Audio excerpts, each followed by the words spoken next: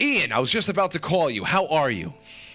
Good. How you doing? Dude, first of all, welcome back to the show. It's been a long time since you've been on.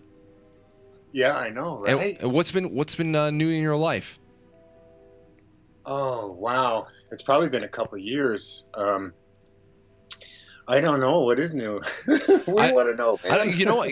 Matt over here, he's a big fan of your work. He actually he follows you. He looked into all of your fights and all that stuff. Matt, you've spoken to Ian before, right? A couple of years ago, a few years ago, I think. Matt meets Ian. Ian meet Matt. How are you guys? Hello, good sir. There he is. Hey, Matt. I remember your voice. What's your last name? DeFabio. Fabio. Oh, okay, cool. Yeah. For a second there, I thought you were going to say Matt LaCroix. But okay, right on. Yeah, it's been a few years. Who else used to be there with you? It was Oh, Mike and Anthony. They're here. They're here. They're just not on this show. That's right. Yeah. Okay. We had other ones, but you know what? In years past, you would come on this show, and we talk about things like cannabis legalization. We talk about curing and treating cancer naturally. All the work that you do in documentary filmmaking and all that, and it's very interesting for me to listen to you, what you're doing now, because you've actually shifted a lot of your focus and your interests toward the stars, and you're talking a lot about none other than the Annunaki that I have always wanted to talk about on this show, but I never knew where to start. So I'm happy to have you on with us. First of all, where did all this start, your interest start in this for you? That's great. I'm so glad you're waking up to this like everybody else. It's time, man. It's happening. Well, it interests me. Yeah. Yeah, especially what you were telling me when we touched base earlier about that, the whole Podesta ring or whatever, the Pizzagate, and how just the Q guy or whatever, it's all coming together. It's amazing you said that to me because I don't watch the news. It's all dark, black magic to make the masses feel the way they do. So all of the news that is worth following these days is found on the back channels of the internet, and of course it's a little bit dangerous because people can be anonymous, they can be role players, they can be whatever, and they can lead you down rabbit holes. But that's the whole thing about being able to be on your own and independent to do your own research, is that your research is going to lead you to crazy places, and it's your responsibility to validate every last thing. And if we're not, we have to be okay with having to do that work, or else we're just going to be spoon-fed information and official stories for the rest of our lives. Yeah, and never watch the TV or listen to the radio or anything like that because it's all Zionist-fed propaganda. It's like what Hitler did. So anything on the TV is wrong, most likely. I would stick to these kind of things, the internet, and what I was trying to say. Oh, what was I trying to say there about? Where it all started. The Anunnaki. I had to look into it, and it came from my cancer thing actually first, because I found out who Rockefeller was thanks to iCure Cancer, which is anybody's got cancer, go to icurecancer.com. It's got the best way to do it holistically, because that's the only way to do it. Well, I found out Rockefeller was an Illuminati member, and then I had to find out what an Illuminati was. And I figured all that out. Then the 911 thing came clear to everybody. And all of a sudden, we know who runs the planet. It's the 1%. It's the Zionists. It's the Rothschilds. They're basically the same thing.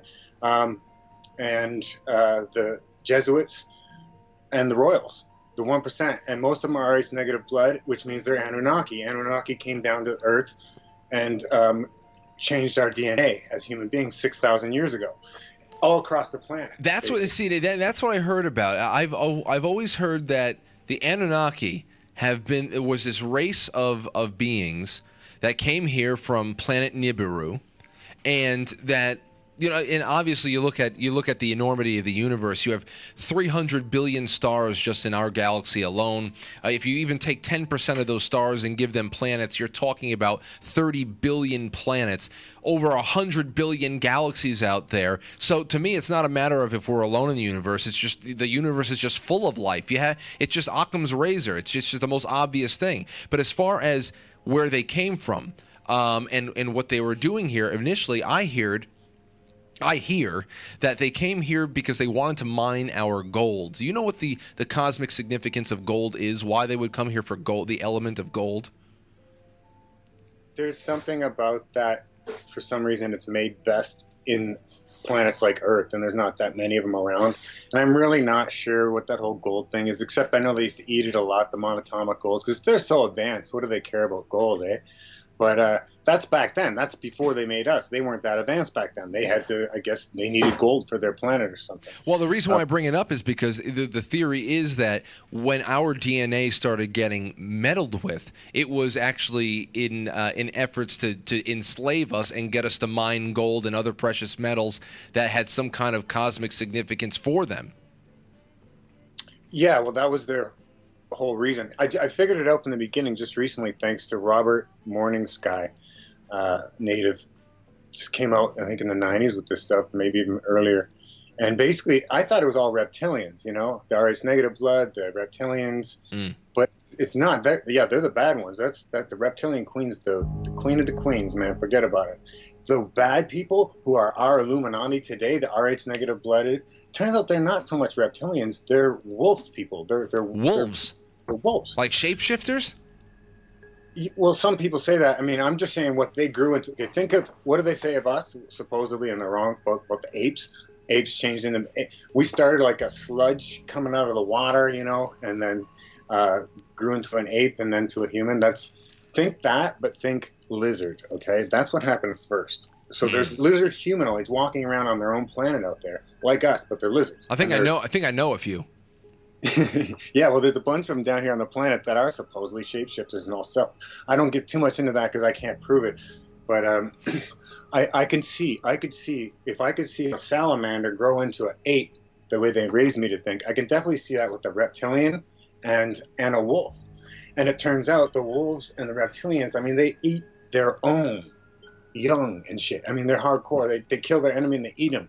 Okay, that's what we evolved from today as humans, on because they came down to this planet and took the ape man that was, or whatever kind of man he was, that was walking around, you know, drinking out of puddles, and upgraded the DNA so he could at least follow instructions. Or I heard the other way, they dumbed us down. We were actually highly evolved spiritual creatures, and they took us over and dumbed us down. So it's whichever one you want to believe. I would have to say that out of the two, I would have to say that the former is probably a little bit more. Logical, because I mean, what were we? We were just, you know, just ape-like creatures, very, very unevolved. I would have to imagine that this is probably the end of where we started, instead of the other way around. I guess. I mean, I'm just focusing in on this one part with the Illuminati and the reptilians and our own, like, this neck of the woods. Because, and I may have been working on this last time we spoke, on a film called Space Cadet, because I've literally lost friends because I've been looking into this and they think I'm a space cadet. So I'm like, okay, that's what I'm going to call the movie. So people stopped talking to you ever since you started getting into the Annunaki. Oh yeah, if you ever want to drop a lot of friends that ain't your real friends, start believing in aliens and shit before everybody else.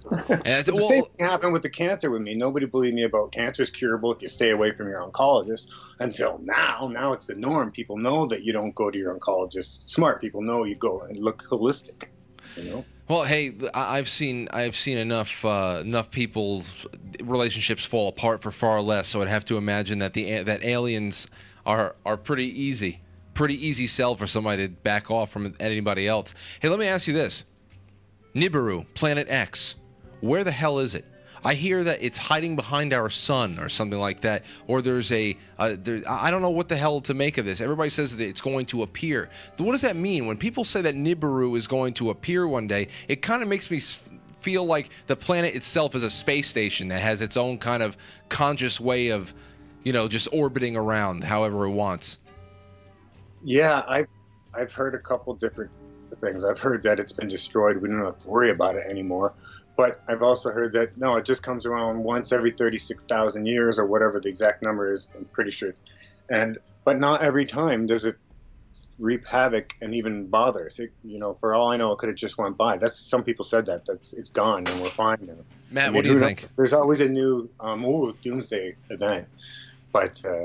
So there was a doomsday event just for the Annunaki? That's what you're saying? That they actually got wiped off the face of the universe? Because if their home planet has been destroyed, where the hell they go? Yeah, no, and that could be. I shouldn't have probably said that because that was just something I saw in a chat room. Somebody, I was like, I asked. See, and they couldn't answer it. So, yeah. So I mean, this is again, you're getting the information as I'm getting it. It's pretty much live, and I'm putting it on my YouTube and stuff, and then eventually probably put it into a film. But I have to become educated first, you know. And I can't believe I've been studying. I really love Gerald Clark and Matt LaCroix. Those guys are amazing. Sitchin's work is really good. I've heard about him. I've heard about Sitchin. He's got a bunch of books out there, whatever. And I think that's where I heard about the whole Anunnaki race of beings that were here 450,000 years ago to mine for gold or something like that, and that there are genetic masters, and they started fiddling with our DNA to enslave us and all that stuff. But do you know? Has any of your studies led you down the path of finding out why they left or when they left? As far as I know, they really haven't left, other than the ones that, I mean, they had to. I think they have to go. They can't really live here because of something is different. But as far as their children are here, the hybrids are here. That's who Bush is. That's who Clinton is. That's who the Rh negatives. Every president that's ever been in America has been an Rh negative blooded person. No, I got a ton of Rh negative blooded people friends. Wait. What's Rh negative? That's a blood type? Yeah, and it's from the Anunnaki. They're a pure kind of blood. Like an Rh negative person on Earth, there's about 30% of them, or maybe 15, I forget. Matt, what are you? I have no clue what my blood type is. I'm AB positive. Yeah, most people are positive, but there's a percentage, I forget, 15 or so, that's Rh negative. All the royals, the blue bloods, are Rh negative. The blue bloods. And they can, and that's why they're not allowed to marry outside of their family.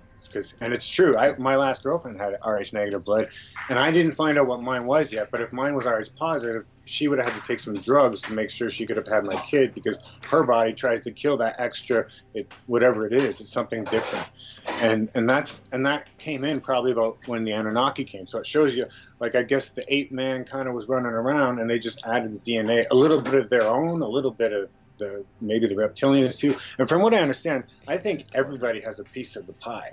The earth pie, like with the wolf people, the reptilian people, the cat people, the different kinds of. There's a ton of, you look at how many stars there are. Well, there's a ton of people out there too. Well, Ian, I got over here. First of all, I got over here that Jimmy Carter had a type A positive blood. He didn't have it. You said all the presidents were Rh negative? Oh, thank you. I'm glad to hear that. That's the only one I know of. Because I didn't even know what Trump is. Because I thought I was going for Trump. I thought Trump was going to be all that, because I thought he was human. And this is before I learned about the Rh negative. He's probably the most human guy that we've ever had in office, to be honest. And I'm glad it's happened, because it proved to me, and it'll prove to the world, that Rh negative blood doesn't mean anything. It just is a fluke that almost every president had it, were bad. Most of them were bad. But they weren't, because even Kennedy wasn't bad. So. Anyway, let me see here. Definition: rhesus, Rh factor, is an inherited protein found in the surface of red blood cells. If your blood has the protein, you're Rh positive. If your blood lacks the protein, you're Rh negative. Rh positive is the most common blood type. Having an Rh negative blood type is not an illness and usually does not affect your health. However, it can affect your pregnancy. Your pregnancy needs to have special care. If you're Rh so it's not like it's a completely different blood type. It's almost like a trait of your blood cells. So I can be AB positive and Rh negative or something like that at the same time?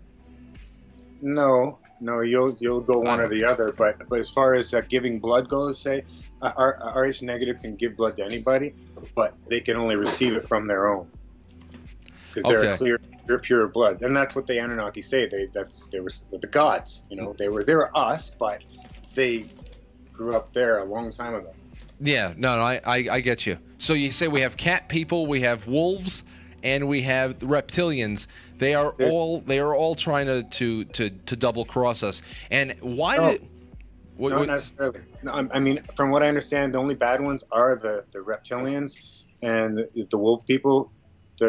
And I don't even know if it's so much bad. They're wolves and they're reptiles. That's like we have in the wild, and they grew into humans, whatever they are now. And I'm hoping they're way more evolved than we are. I don't know if they are or not, because the only thing I don't know is why they're sitting back and watching the rape and pillage of Mama Gaia, the Earth, and her people, because the 1% in charge are treating everybody horribly now. Now I'm hoping what you're saying with that Q guy, it's all coming down and we're busting them, because that's what's going on up here in my psychic or whatever, pray, meditation, whatever. I'm feeling like it's D-Day, it's change day, it's crossroads, and there's going to be two new worlds. It's laundry day. It's laundry day. Yeah. It's going to be my world is what I'm calling it, and we're getting rid of all those scumbags. So now, when all the and listen, hey, there's no group of people rooting harder for the scumbags to go away. When they all go away, where do you think that we go? I mean, here's the one thing about, and this is just an opinion question. It's not about anything else. Where do you think, just knowing our nature, we always tend to gravitate to some kind of a system that makes us feel a little bit more comfortable, that we feel like we're a little bit more secure in our, we form communities. We do tend to govern ourselves, even if it's just a small pocket of people. People usually form little democratic ways of making decisions as a group, or if it's a larger group of people, however the hell we do it. What do you think that we do from here forward? If you see where all the power structures or the power vacuums of the world over time have left us, what do you think a better way of living and just living out our lives on this planet would be going forward, when all of the scumbags that have control of the entire planet are finally gone? Michael Tellinger has got the perfect solution with Ubuntu. Have you seen that yet? No. Oh my God, wait till you see it, dude. Because that was my last question. I pretty much have everything I need for my film now. But that was my last question. And what do we do once we get rid of the not the RH negatives, sorry, the bad RH negatives that are running the show, and get some good RH negatives in there and good RH positives? What are we going to do?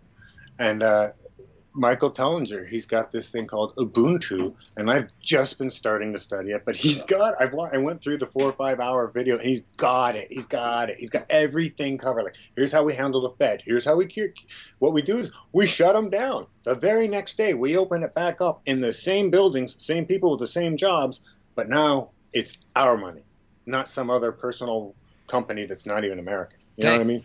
So that's one of the things. It's definitely all connecting at this point.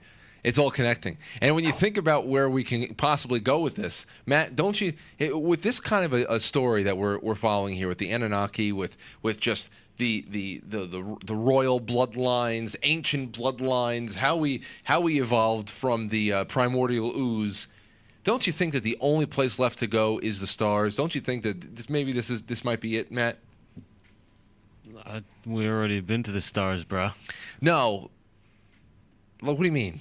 Aren't we fucking made up with the same shit as stars? Oh, yeah, technically. No, I mean actually, all of our problems are actually starting from alien, extraterrestrial origins. It could be, if they're controlling everything behind the scenes. If you were in the room with an Anunnaki right now, what would you say to it for enslaving us this long? How would I know it's an Anunnaki? Oh, you'll know. Ian, what does the Anunnaki look like? Hillary Clinton? Yeah, pretty much. As far as I know, a lot like us. I mean, we're the same image. It's just they didn't turn on our whole brain, 5% or 10% of it. But here's the thing: they don't just I guess we gotta kill everybody. They don't just feed off of us literally, although they do. It's energetically too, and that's why they use the press to play us and push our buttons. They play us like an accordion, like an organ, and it's our blood and our tears and our crying and our pain and our fear that the reptilian type energy feeds off of, I suppose. I mean, I don't know for sure. I'm trying to figure it out because, I mean, you can only take so much gold and this and that. I mean, but what do you really, I mean, are they really, is it just about money? Or, I mean, the off-planet entities whose children are running us, they're the same. I mean, they were called, the first children that lived were called the Rothschilds and the Rockefellers or something like that. The Rockefellers. Yeah, and the Masons. Or whatever. If you watch that one video, Robert Morning Sky.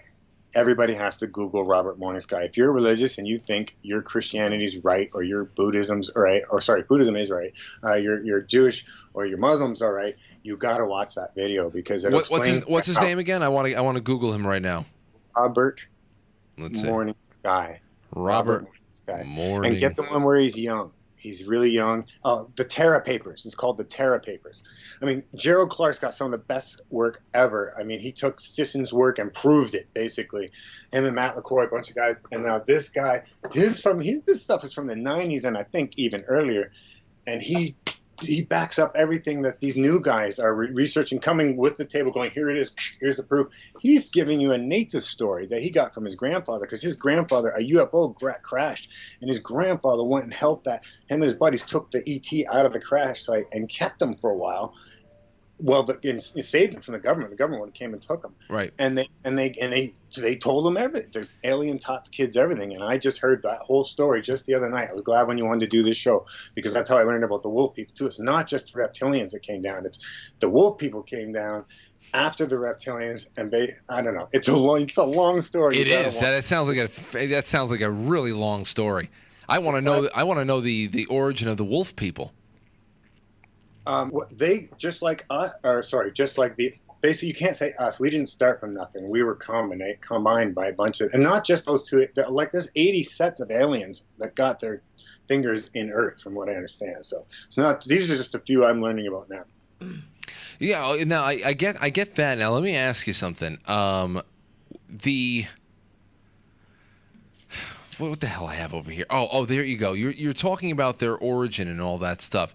So. What do you think the overall intention of all this is? If the subject of extraterrestrial life interests you, you've read all about these different types of species of aliens, gray aliens, this and that, and their alleged origin and their intentions. So what do you think overall the intentions of the Anunnaki are? You think it's malevolent? They just want to destroy us?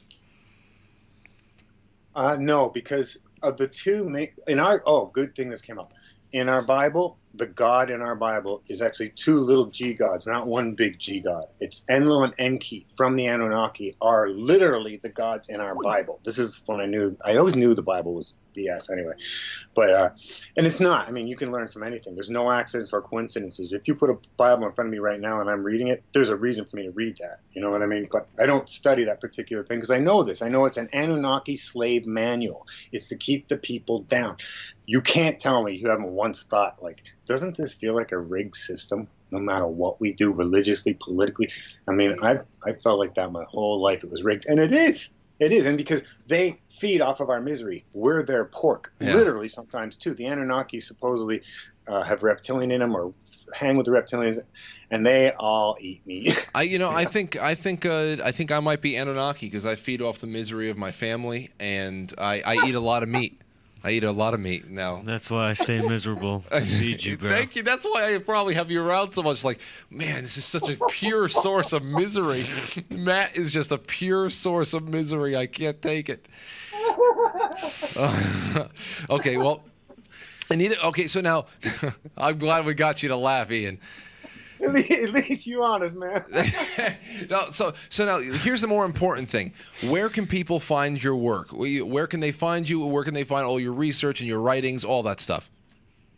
Well, icurecancer.com is still, that's what I do now. I pretty much help people with cancer because, and here's a new one for you. MMS, Miracle Mineral Solution, really quick. If you have some kind of pathogenic cancers, like you've got stuff growing in you, MMS, just look it up. Miracle Mineral Solution with Jim Humble. Jim Humble discovered it. It's basically, let's say this is a pool. This is because we're all water anyway, and it's a cesspool. Mm-hmm. You take MMS, few drops a day. Next thing you know, your pool is clean, and your cancer goes away. Everything goes away, man. It's the next greatest thing since the cannabis. Since I found cannabis oil, this is the next greatest thing, MMS. So, yeah, icurecancer.com for anybody that wants to worry about their health. Because you need to get pure now and strong and solid. We need people of the light, okay? And you need to bring in this light to yourself. I don't care what religion you are. Just know it's light or dark. Duh. You know, what feels better, a smack or a hug, okay? So we want to give love and start practicing this a lot. It's very important this time of the world. That's why these things are happening. That's why the Pizzagate and all that is going to just, we're cleaning house. Man, you are on point. You've got everything. You've got everything figured out, or at least you're scratching, clawing. You're asking the right questions, and that's all that you have to be going for. Now, do you keep your extraterrestrial research separate from icurecancer.com? I pretty much keep Ian Jacklin separate from IQCancer.com. Okay, well that's good. You know what? Just compartmentalize a little. I'm told to keep the kickboxer separate, the actor separate, the alien guy separate. All right, well listen, man. We have to. This was the 101. This was Annunaki 101. So we have to have you on, and maybe in a couple of weeks to take it a little bit further to something even more advanced. Sure, and archangelstudios.org is my film company, and that's where I'm putting this Annunaki stuff and everything else. I mean, it's not just Annunaki. I'm called Space Cadet because I want to know what you're right about what you were trying to say earlier. We got to look out now a little bit, but everything's internal too. Here, I'm not. I practice what I preach. That's why I look good. I feel good because I'm healing inside first, and any light that I can shine on others, that's what it's there for. Absolutely. And I'm happy you're with us again, Ian. Thank you so much for the time tonight. And I'll talk to you after the show. Be well. Okay. Thanks, man. All right. Take care. That's Ian Jacklin. Ian Jacklin. Good friend. Good friend, Ian Jacklin.